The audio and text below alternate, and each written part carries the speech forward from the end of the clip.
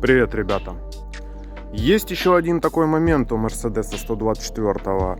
Ступичные подшипники. А вы знали, что ступичные подшипники можно не менее 3 раз подтягивать? То есть, когда у вас начало гудеть колесо при езде, а все мы знаем, что гудит колесо, когда уже подшипник выходит из строя, то его можно приехать на СТО или самому, кто умеет, и его просто подтянуть. Мерседес все продумал в те времена. Я же говорю, его делали инженеры, сейчас делают маркетологи. Поэтому можно просто приехать, подтянуть подшипники, не меняя их, и поехать дальше кататься. И так можно до 3 раз, а в некоторых случаях и больше. Я у своего Мерседеса подтягивал 3 раза подшипник, когда он начинал гудеть, и дальше ехал. То есть там все сделано для этого.